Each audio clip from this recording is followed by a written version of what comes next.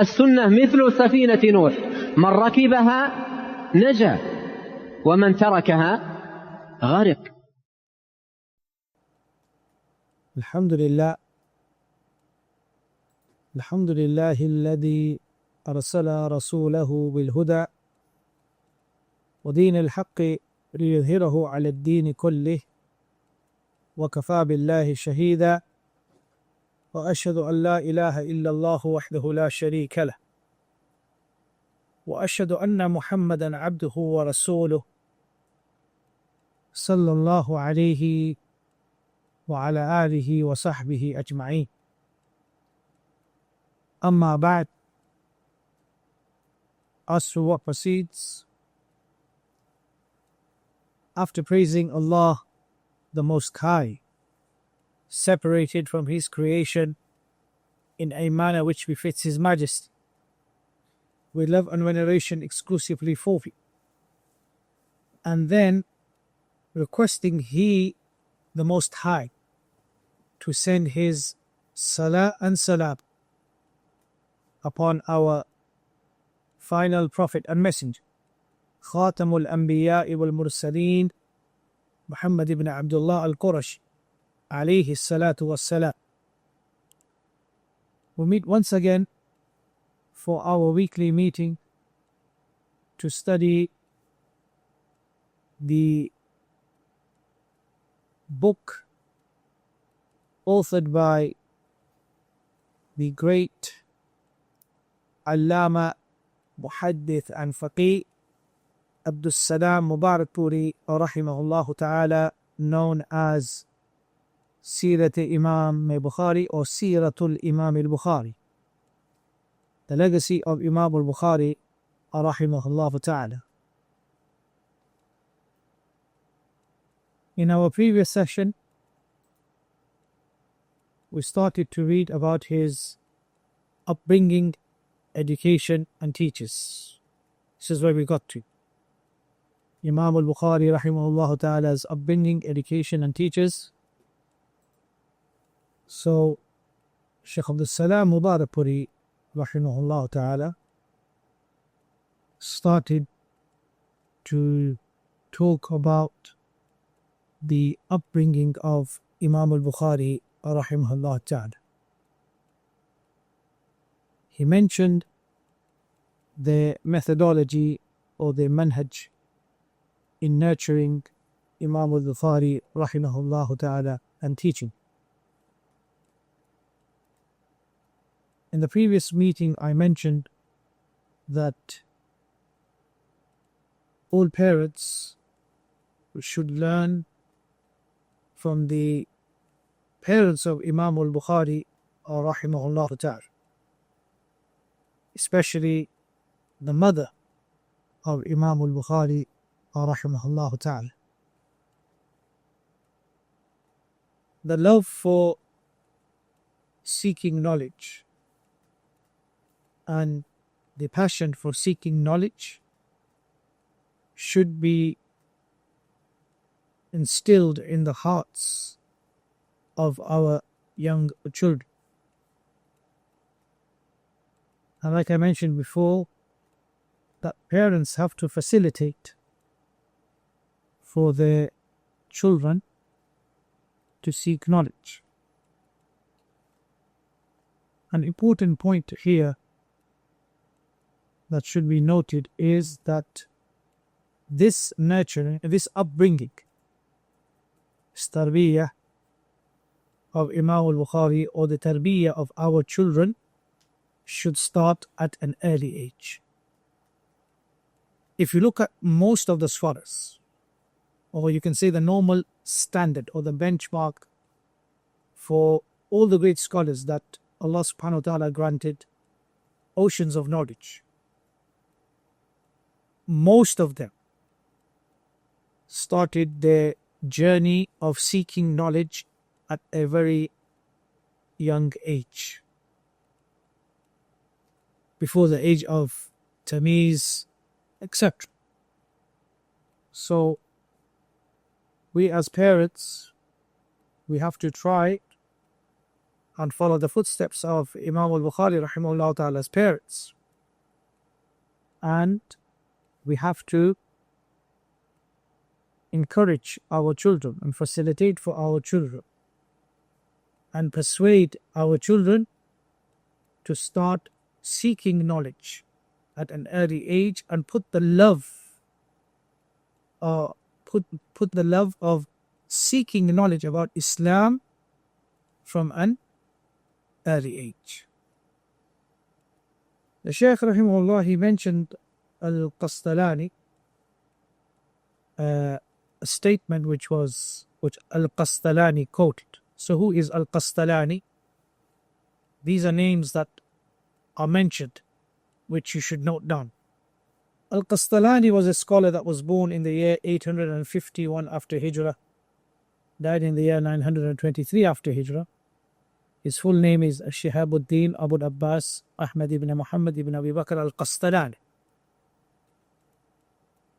And this scholar wrote an explanation to Sahih al-Bukhari known as Irshad al-Sab. And he mentioned a statement of one of the scholars of Hadith, one of the Ahl al-Hadith, who said something extraordinary with regards to Imam al-Bukhari rahimahullah ta'ala. And can that statement be read again? What did he actually say now?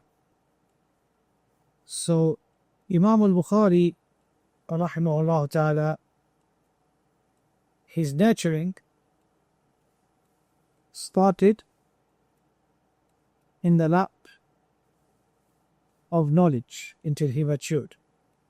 Meaning that Imam al-Bukhari rahimahullah ta'ala started to seek knowledge at a very young age. So when you have a child that is born, the child goes through different stages until the child becomes strong.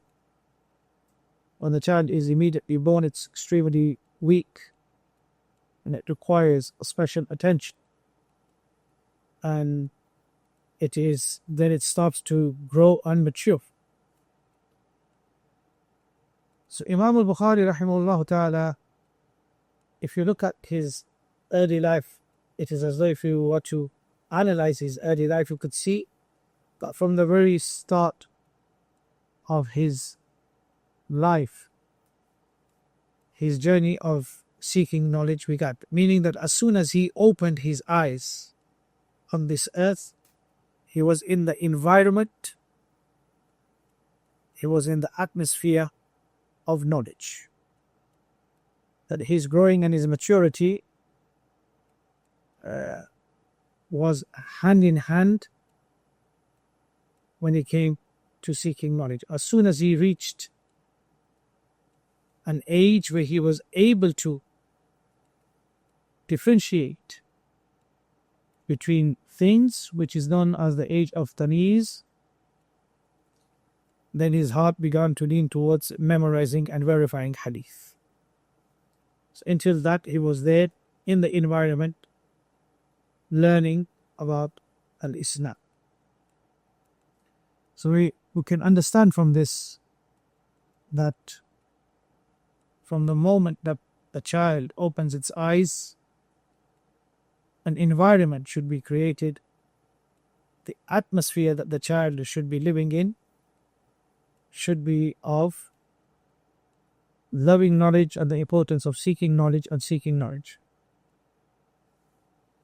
So his weaning was upon this way, meaning his maturity and his growing up and becoming strong was not for the purpose of him playing, as a lot of children do, which there is no harm, but the parents, being smart and wise, facilitated for him to seek knowledge.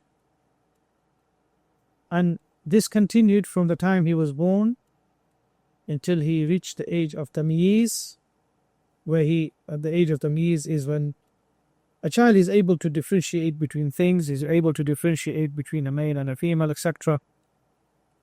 And when he got to the age of Tamīz, he started to build the passion of memorizing and verifying hadith and studying the other Islamic sciences. Now, Imam al-Bukhari, rahimahullah ta'ala, like the Prophet sallallahu alaihi wasallam, was brought up as an orphan, a yatim. The responsibility fell on the shoulders of his mother, a single mother. To bring up children as a single mother is very challenging and very difficult in comparison to those who have the support of a man or their husbands. Like I mentioned, that the atmosphere and the environment was created for learning and seeking knowledge. The age of Tamīz is when a child can distinguish between a male and a female, and food and waste. When he reached at that age, he developed love for hadith, and this must have been due to his mother always talking to him about hadith. So it's very important that when parents communicate with their children, or when they talk with their children, when they converse with their children, they converse about beneficial things, they converse about seeking knowledge. Sadly, what do our mothers talk about today? They give little children gadgets, and you can see a small child addicted to a phone. This nurturing is wrong and harmful for the child. It's harmful for the child, this type of nurturing of giving him gadgets or just putting him in front of the TV. This is very harmful for the children. We should keep our little children away from these gadgets and teach them that which is beneficial. And the famous saying that the son takes after the father. This example, or this is good when the father is righteous and upright upon the deen, like in the case of Imam al-Bukhari. As his father was a scholar of hadith, a disciple of Imam Malik rahimahullah ta'ala, he took after his father, wanting to be from those who studied hadith and to be from amongst the Ahlul Hadith. And you see this, you see the influence of parents, and you see the influence of a father with his little son. And this can be witnessed in the Prophet ﷺ's masjid at work, that when a man does a bid'ah by rubbing himself against the walls or the pillars of the masjid, or wiping his hands on the pillars, and then wiping his hands on his face, then the son takes after him. So this is something which we need to take into consideration, that from an early age, teach your children to learn about the ahadith of Rasulullah sallallahu alaihi wasallam. So we have the scribe of al-Bukhari, Ustad of al-Bukhari, Muhammad ibn Abi Hatim al-Warraq. Al-Warraq is known as al-Warraq, which comes from Waraqa, which is the one that would transcribe Imam for Imam al-Bukhari, rahimahullah ta'ala.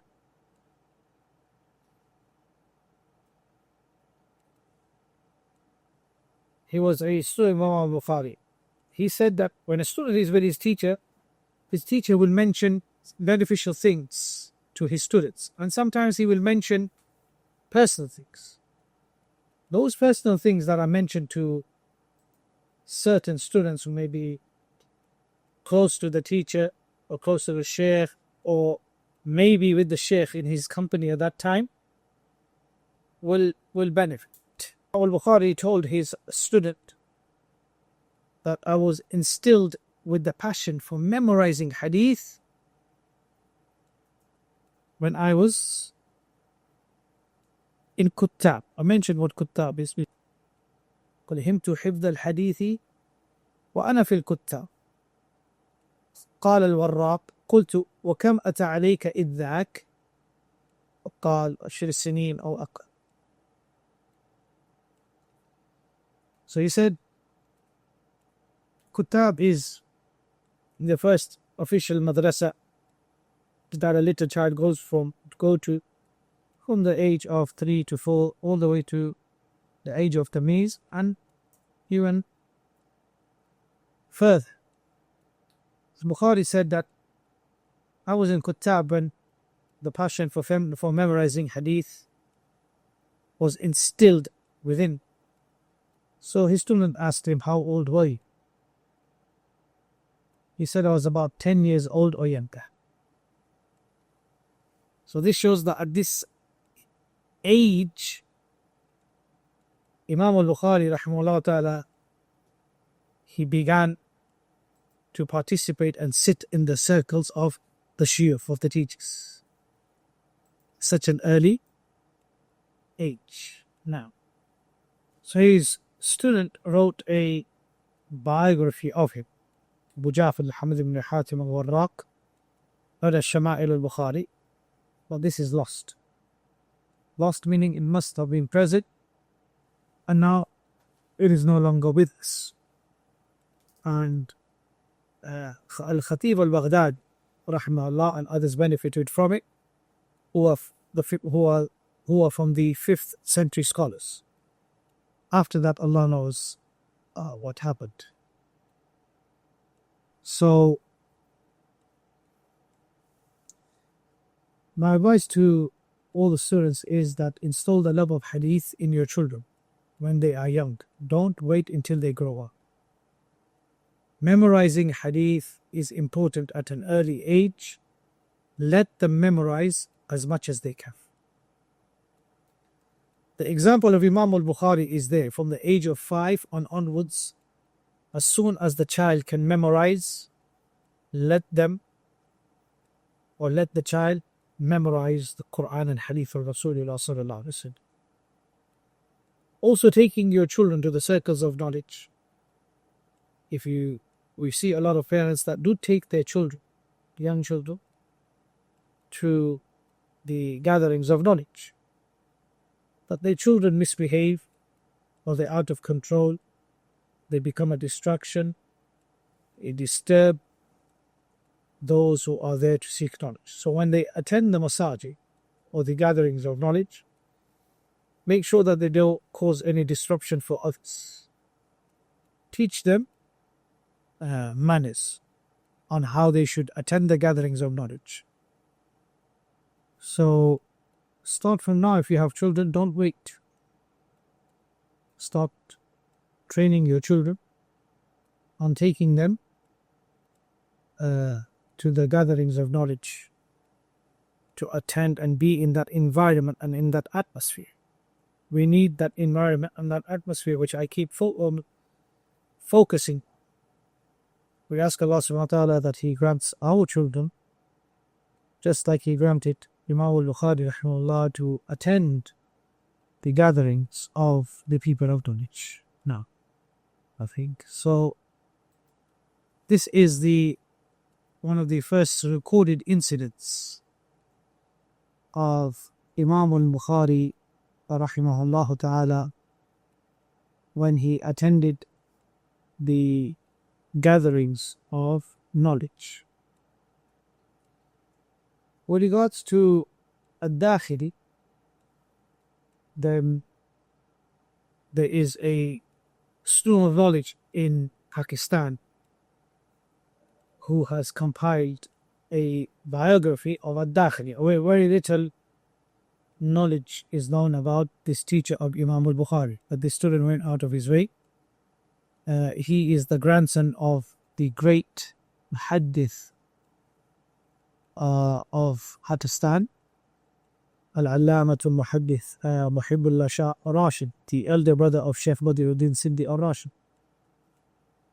his grandson has written a biography of al-Dakhili in the Urdu language. For those of you who can read Urdu, should try to obtain a copy of that book. It's not available in the English language. So for those of you who know Urdu, Hani and Lakum, and you should buy this book and read the biography, the efforts of this, the grandson of Muhibbullah Shah Rashid, who has compiled the tarjuma or the biography of al-Dakhili. So we find that the sanad which was quoted by al-Dakhili in the dars was from Sufyan, from Abi Zubair, who narrated from Ibrahim. So this is how al-Dakhili transmitted the sanad. The sanad or the isnad is the chain of transmission. So a hadith consists of two parts. It has a sanad, and then it has the matan, which is the text. So upon hearing what his teacher said,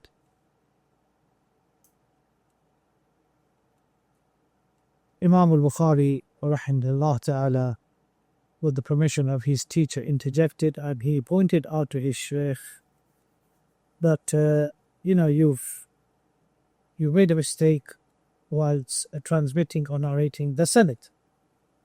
Abu Zubair did not narrate from Ibrahim. So al-Dakhili was taken aback when he heard this voice. So there's somebody there, took permission, can I speak? There's a little boy sitting somewhere in that gathering, must have been behind as a junior, and he could just hear the noise, the voice. Under the voice said, "You made a mistake. Sufyan narrated from Abu Zubair, who narrated from Ibrahim. Abu Zubair did not narrate from Ibrahim." Shaykh became angry and he rebuked him. So if sometimes you find that if you're a shaykh or your teacher, when you do, may fall into error, and this is part of human nature, and at that time your teacher does not accept it from you and rebukes you, not only doesn't accept it from you, rebukes you,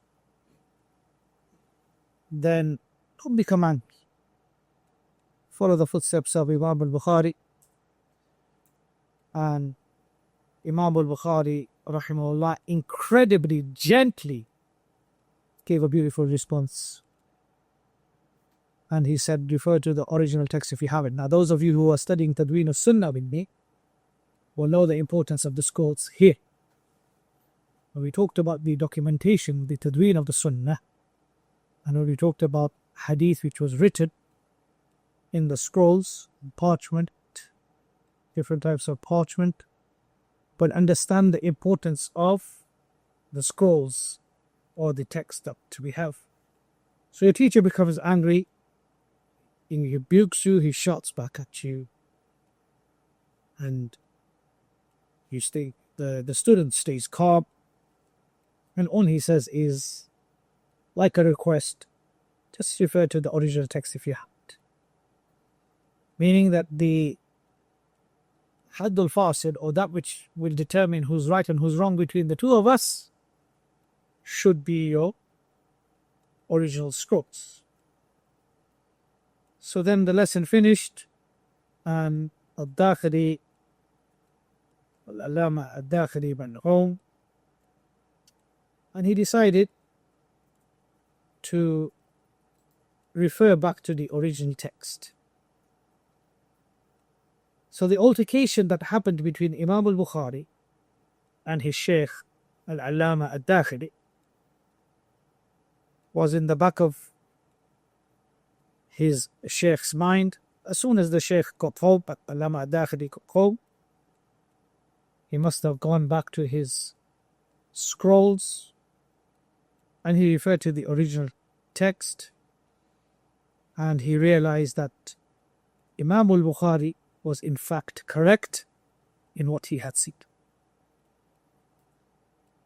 So he admitted his mistake. There, when he looked up the scrolls, he realized that he had made the mistake and Imam al-Bukhari was correct. And this is also a sign of humbleness when the teacher accepts his mistake.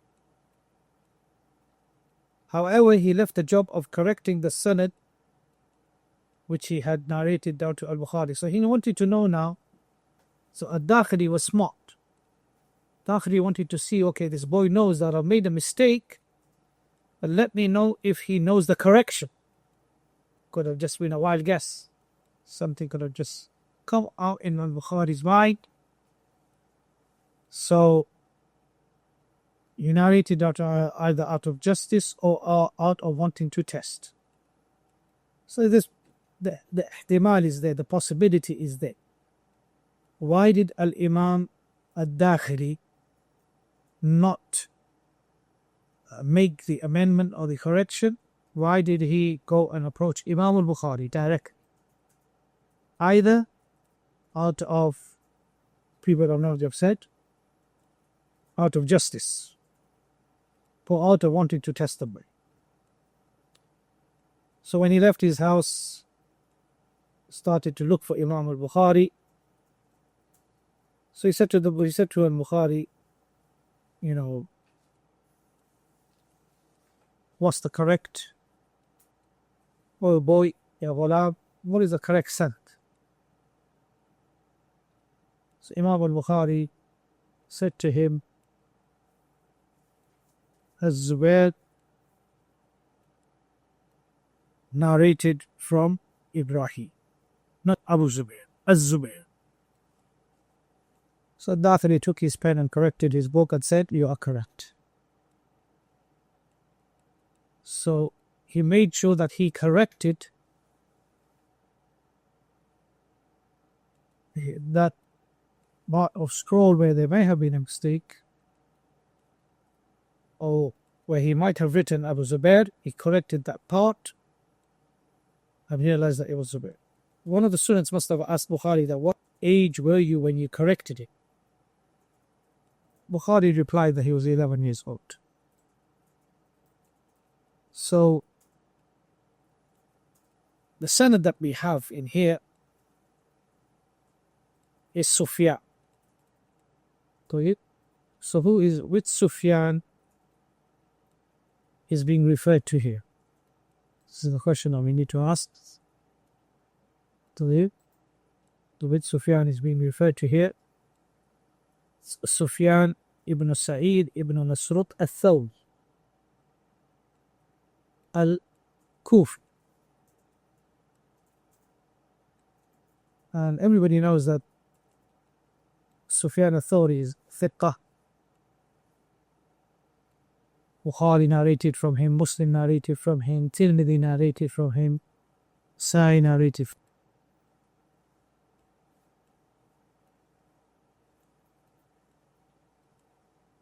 Al-Zubayr, not Abu Zubayr. Al-Zubayr is Al-Zubayr ibn Adi Kuf. He's also from Kufa. He's thiq. Thiqa is a term which is used by the people of hadith to determine the integrity of a narrator.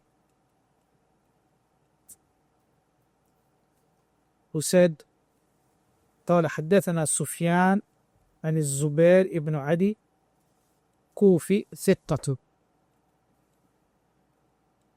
So for example, we have this book by Ibn Qutlubughah on the Siqat. So we know it's Al-Zubayr ibn Adi, who is Kufi and Thiqa. So far, this chain of transmission of this isnad that we are dealing with is Kufi.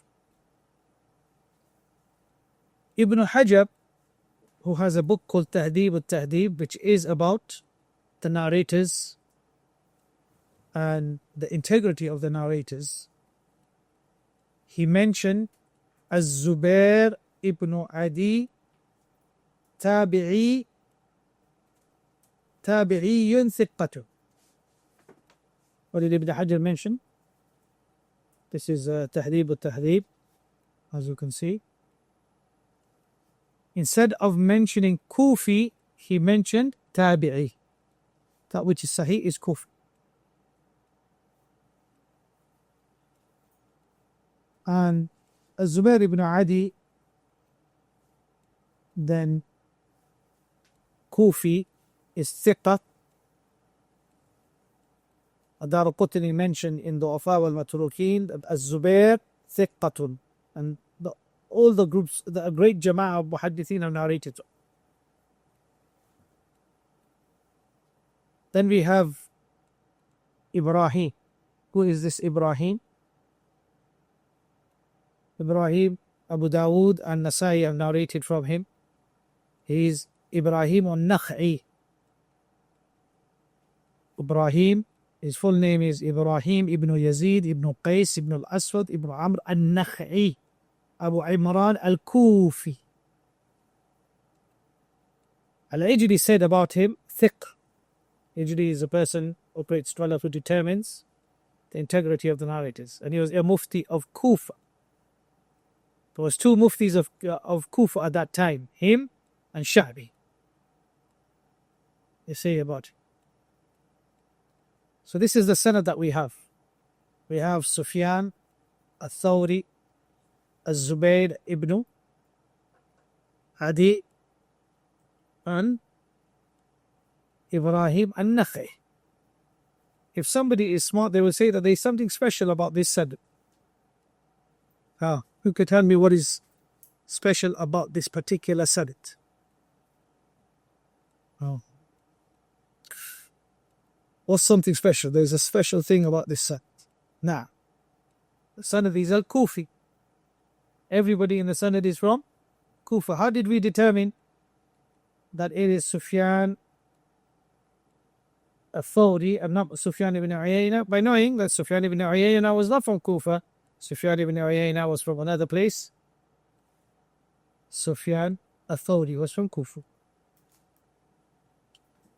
So this is with regards to this sanad that we have. And we find that the sanad, Imam al-Bukhari, knew that he was al-Isnad al-Kufi. Also, Sufyan al-Thawri did not narrate from Abu Zubair. He narrated from al-Zubair ibn Adi al-Kufi. And that's what Imam al-Bukhari rahimahullah corrected his teacher al-Dakhili rahimahullah ta'ala upon that. So what we understand from this section, firstly, is that most scholars started studying at a young age. Secondly, we also learn that they started studying with the local schools. So this is the norm, that when a young child starts to seek knowledge, the people of knowledge within that vicinity or within that area, you send your children there to seek knowledge from. Thirdly, we learn that we should take our young children to the gatherings of the people of knowledge. And fourthly, we learn that young children started to seek knowledge, that we learn that young children should start to seek knowledge by learning about hadith and its chain of transmission. Fifthly, we learn that the manners that Imam al-Bukhari maintained when his teacher became angry is a lesson for all of us to learn from, on how we should respond and deal with our teachers. And this is a young boy who's just past the age of tamiz, but look at his manners, look at the level of the tarbiyah of his mother, and look at this young boy, that he was not disrespectful to his teacher in any way. So we have the policy that the customer is always right. Customer is always right. We have this policy. Have you heard of this policy? So we have the policy as well that the teacher should always be respected, even if he is wrong. So note down this new policy that you have learned today, that the teacher should always be respected, and under no circumstance should a teacher ever be disrespected, even if he is wrong. So if the teacher gets angry or is wrong and doesn't accept, but you present to the teacher at that time, be patient and he will eventually.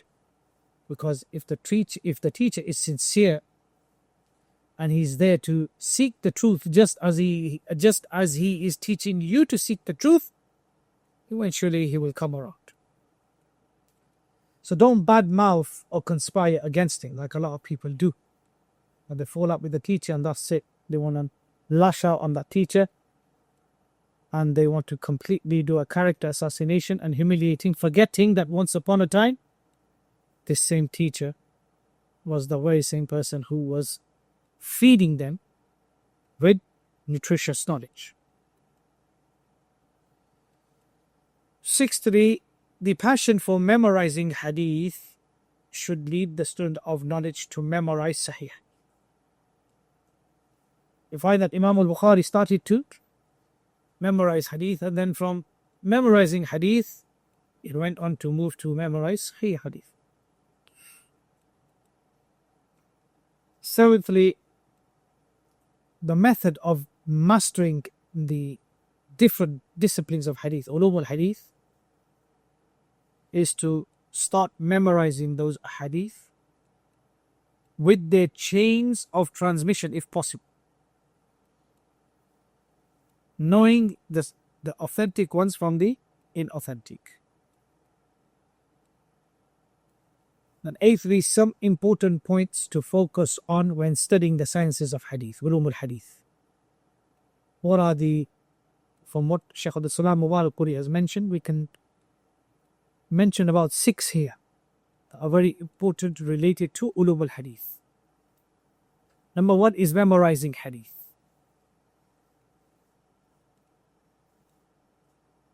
You say, "Man hafidha al-hadith qawiyat hujjatuh." The one who memorized hadith, his hujjah becomes stronger. And by Allah, you can see this when we work in the Prophet's masjid.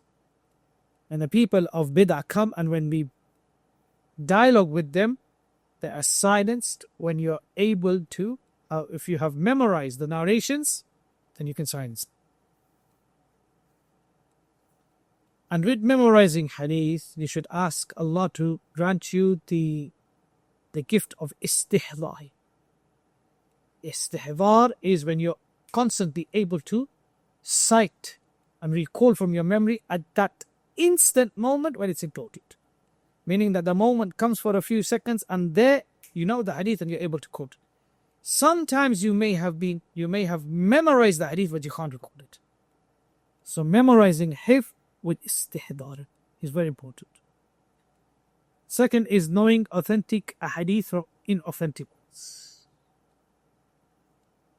And being avid with regards to learning the ilal of hadith. What does the word ilal mean? Ilal in the Arabic language means a defect. And in the terminology of hadith, it refers to a hidden defect which can only be diagnosed by an expert. So if a person, in the olden days, you would go to a doctor. I remember in India that you would go to these hakims, and if you were to see, if me and you were to analyze, so for example, we have here the ilal of Ibn Abi Hatim al-Razi. This is a whole book on ilal. So ilal is a hidden defect. Whenever the ulama mention the defects are of two types, that which are apparent, which everybody can notice, but those defects which are hidden. And Imam Bukhari was a master of hidden defects. So if you have to see the person, the Hakim has to see the person you think is nice and healthy, just touch his hip, the Holtz, kick the pulse. Sometimes you see the doctors getting pulse or touching in certain areas, and they say this person is sick. The hidden defect will be detected. So this is what we call ilal, that ilal of hadith. This is something which is the most difficult subject when it comes to ulumul hadith. We also have equating oneself with the conditions of the narrators of hadith, which includes understanding the adala, the uprightness, the dhabt, precision, trustworthiness and the truthfulness, studying their biographies like birth dates and death dates, their meetings with scholars. This is something which is very important. As we all know that Imam al-Bukhari, when he came to Medina, he wrote al-Tarikh al-Kabir. And he wrote Tarikh al-Kabir, as we shall see, on the moonlit nights, because there was no electricity and lights at that time. And he wrote the biographies of all these scholars from memory. Tarikh al-Kabir. This is a big book. In how many volumes? Depends which edition you have. About 11 to 12 volumes. Also comparing asani, different chains of hadith with each other, making a comparative studies between them, understanding the connections and disconnections, etc., and deriving benefits and fiqh issues from the hadith. So this basically are some important issues that a student of knowledge needs to master in all these different areas that have been mentioned with regards to the sciences of hadith or ulum al-hadith, disciplines of hadith, which Imam al-Bukhari was a master of. He was a master of every single field that has been mentioned, on top of being one of the biggest faqih of his time. Today somebody sent me a video explaining to me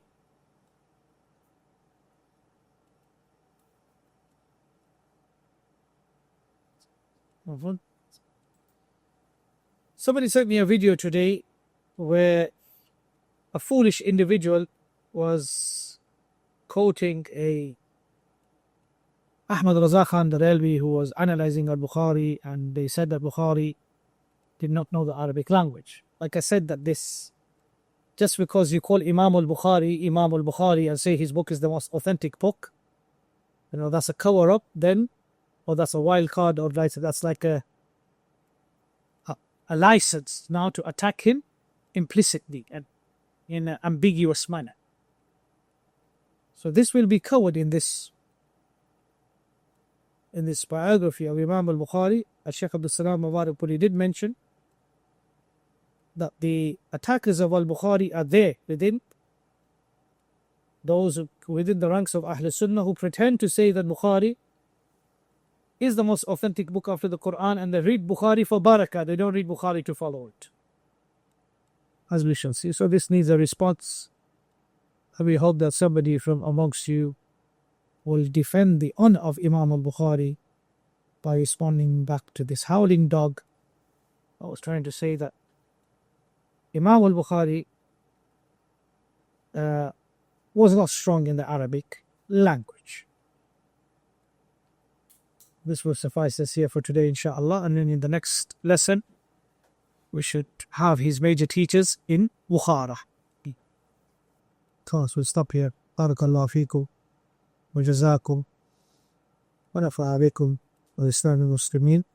We'll meet again in our next lesson and our next meeting bi-idhnillahi ta'ala to discuss the major shuyukh of Imam al-Bukhari rahimahullah ta'ala. Assalamu alaikum wa rahmatullahi wa barakatuh.